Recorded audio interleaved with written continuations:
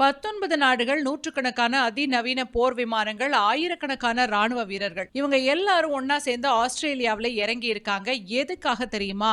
Exercise Pitch Black 2026. ஆஸ்திரேலியால என்ன நடக்குது? அதுக்கு ஏன் 19 நாடுகள் போகணும்? அதுவும் இந்தியா, அமெரிக்கான்னு பெரிய நாடுகள் ஏன் அங்க குவியறாங்க? இப்ப இருக்கிற உலக சூழ்நிலையை வச்சு பார்க்கும்போது இதோட பின்னணி என்ன?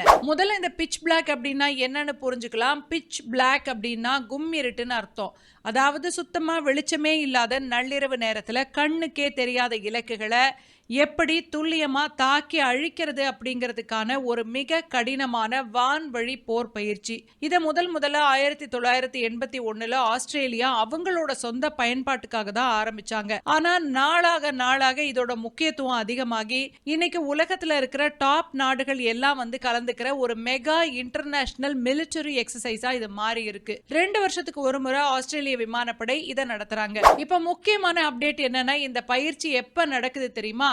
இந்த எக்ஸசைஸ் பிட்ச் பிளாக் 2026 இன்னைக்கு, அதாவது ஜூலை 20 தொடங்கி வரப்போற ஆகஸ்ட் 7 வரைக்கும் ஆஸ்திரேலியாவோட டார்வின் மற்றும் வடக்கு பகுதிகளில் ரொம்ப பிரம்மாண்டமா நடக்க போகுது. இந்த வருஷம் இதுவரைக்கும் இல்லாத அளவுக்கு 19 நாடுகள் இதுல கை கோத்திருக்காங்க. நம்ம இந்திய விமானப்படை அவங்களோட ரஃபேல் மாதிரியான அதிநவீன போர் விமானங்களோட அங்க போயிருக்காங்க. 19 நாட்டோட விமானங்களும் ஒன்னா சேர்ந்தா அங்க என்ன நடக்கும்? சும்மா வானத்துல பறந்துட்டு வந்துருவாங்களா? இல்லவே இல்ல. அங்க நடக்க போறது மாக் ஏர் காம்பேட் அப்படின்னு சொல்லப்படுற போலி வான்வழி போர். அதாவது நிஜமா போர் நடந்தா எப்படி இருக்குமோ அந்த மாதிரியான சூழ்நிலையை செயற்கையா உருவாக்குவாங்க. ஒரு குரூப் தாக்குதல் நடத்துற நாடா மாறும், இன்னொரு குரூப் பாதுகாப்பு அளிக்கிற நாடா மாறும். Attacking force versus defending. வானத்திலேயே வச்சு போர் விமானங்களுக்கு எரிபொருள் நிரப்புறது, ரேடர்களை ஏமாத்திட்டு எதிரி நாட்டுக்குள்ள நுழையிறது, நள்ளிரவு நேரத்துல கும்மிருட்டுல சண்டை போடுறதுன்னு பயங்கர கிரிட்டிக்கலான பயிற்சிகள் நடக்கும். இங்க ரொம்ப முக்கியமான வார்த்தை என்ன அப்படின்னா இன்டர் ஆபரேட்டபிலிட்டி. அதாவது வேற மொழி பேசுற, வேற தொழில்நுட்பம் வச்சிருக்கிற 19 நாட்டு ராணுவங்களும் போர்னு வரும்போது எப்படி ஒன்னா சேர்ந்து ஒரே டீமா வேலை செய்யணும் அப்படிங்கறதுக்கான கம்யூனிகேஷன் பயிற்சியை தான் இங்க முக்கியமா பண்ண போறாங்க. சரி, ஆஸ்திரேலியா ஏன் இப்ப இவ்வளவு செலவு பண்ணி இத்தனை நாடுகளை கூப்பிட்டு நடத்தணும்? இதுக்கு பின்னாடி பெரிய ஜியோ பாலிடிக்ஸ் இருக்கு. ஆஸ்திரேலியா உலக வரைபடத்துல எங்க இருக்குன்னு பாத்தீங்கன்னா அது இந்தோ பசிபிக் பிராந்தியத்தோட நுழைவு வாயில் மாதிரி இருக்கு. கடந்த சில வருஷங்களா இந்த ஆஸ்திரேலியாவுக்கு பக்கத்துல இருக்கிற சின்ன தீவுகள் மற்றும் கடல் பகுதிகளில் சீனாவோட ஆதிக்கம் ரொம்பவே அதிகமாயிட்டு வருது. சீனா அவங்களோட கடற்படையையும் வான்படையையும் இந்தோ பசிபிக் பகுதியில பலப்படுத்திக்கிட்டே இருக்காங்க. ஆஸ்திரேலியாவுக்கு நல்லாவே தெரியும் தனியா நின்று சீனாவை எதிர்க்கிறது ரொம்ப கஷ்டம்.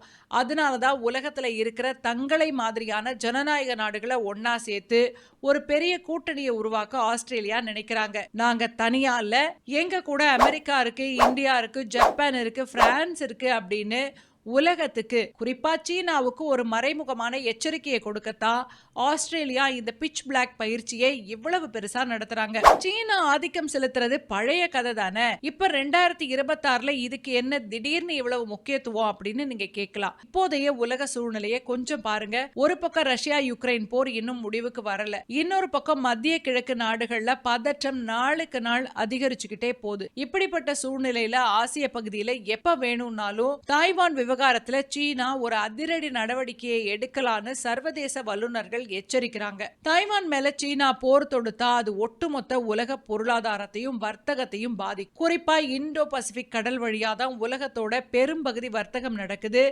இந்த கடல் வழி எப்பவுமே சுதந்திரமா இருக்கணும். இது யாரோட தனிப்பட்ட கட்டுப்பாட்டுக்குள்ளேயும் போயிடக்கூடாது. அதனால உலக நாடுகள் இப்ப ரொம்ப உஷாரா இருக்காங்க. நாளைக்கே ஒரு போர் வந்தா கூட நாங்க எல்லாரும் அடுத்த 24 மணி நேரத்துல ஒன்னா சேர்ந்து எதிரிய வீழ்த்த தயாரா இருக்கோம் அப்படிங்கிற அந்த ஹை ரெடினஸை காட்டுறதுக்கு இப்போதைய காலகட்டத்தில் இந்த பயிற்சி ரொம்ப அவசியமா விவாதிக்கப்படுது. இப்போ உலகமே கேட்கிற கேள்வி என்னன்னா, மத்திய கிழக்கு பகுதியில் அமெரிக்காவுக்கு ஈரானுக்கு இடையில மிகப்பெரிய பதற்றமும் மோதல்களும் நடந்துகிட்டு இருக்கு. அமெரிக்க ராணுவ தளங்கள் மேல தாக்குதல் நடத்தப்படுது. அமெரிக்காவும் ஈரானுக்கு எதிராக புது வான்வழி தாக்குதல்களை நடத்திட்டு வராங்க. இப்படி சொந்த ராணுவ வீரர்கள் அங்க சண்டையில இருக்கும்போது அமெரிக்கா ஏன் அதை விட்டுட்டு ஆஸ்திரேலியாவுக்கு வந்து இந்த பிட்ச் பிளாக் பயிற்சியில இவ்வளவு தீவிரமா கலந்துக்கணும்? இதுக்கு பின்னாடி ஒரு மிகப்பெரிய ராஜதந்திர கணக்கு இருக்கு. அமெரிக்காவோட இந்த மூவுக்கு பேரு டியூயல் தியேட்டர் ரெடினஸ். அதாவது அமெரிக்கா உலகத்துக்கு குறிப்பா சீனாவுக்கு ஒரு தெளிவான மெசேஜ சொல்லணும்னு நினைக்குது. நாங்க ஈரானோடையோ இல்லன்னா மத்திய கிழக்குலயோ பிஸியா இருக்கோம்னு நினைச்சுக்கிட்டு இண்டோ பசிபிக் பகுதியில இல்லனா தைவான் மேல கை வைக்கலான்னு தப்பு கணக்கு போடாதீங்க. எங்களால ஒரே நேரத்துல எத்தனை இடத்துல வேணும்னாலும் தாக்குதல் நடத்த முடியும்னு சொல்லணும்னு நினைக்கிறாங்க. ஈரான் பிரச்சனைகளுக்கு மத்தியிலையும் அமெரிக்கா அவங்களோட டாப் நாச் விமானப்படைய இந்த பிட்ச் பிளாக் 2026 பயிற்சிக்கு அனுப்ப அதுதான் காரணம். நம்ம இந்தியாவை எடுத்துக்கிட்டீங்கன்னா நமக்கு எல்லையில சீனா கூட ஏற்கனவே பல பிரச்சனைகள் இருக்கு. சீனா இந்திய பெருங்கடல்லையும் தங்களோட ஊடுருவலை அதிகமாக்க பார்க்குறாங்க.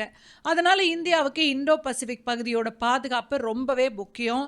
இந்த பிட்ச் பிளாக் பயிற்சியில் கலந்துக்கிறது மூலமா உலகத்தோட பெஸ்ட் போர் விமானங்களான அமெரிக்காவோட F-35, பிரான்ஸோட ரஃபேல் மாதிரியான விமானங்களோட நம்ம இந்திய வீரர்கள் இணைஞ்சு பயிற்சி எடுப்பாங்க. அவங்களோட உத்திகள் என்ன, அவங்க தொழில்நுட்பத்தை எப்படி பயன்படுத்துறாங்கன்னு நம்ம கத்துக்கலாம். அதே நேரத்தில் நம்ம இந்திய விமானப்படையோட பலம் என்ன அப்படிங்கிறதையும் உலக நாடுகளுக்கு நம்ம நிரூபிக்க முடியும். இது இந்தியாவுக்கு ஒரு மிகப்பெரிய ஸ்ட்ராட்டஜிக் அட்வான்டேஜ். சுருக்கமா சொல்லணும்னா ஜூலை 20 இருந்து ஆகஸ்ட் 7 வரைக்கும் நடக்கிற இந்த எக்ஸசைஸ் பிட்ச் பிளாக் 2026 அப்படிங்கிறது வெறும் சாதாரண ராணுவ பயிற்சி கிடையாது. இது உலக நாடுகளோட கூட்டு பாதுகாப்பிற்கான ஒரு பவர் ஷோ.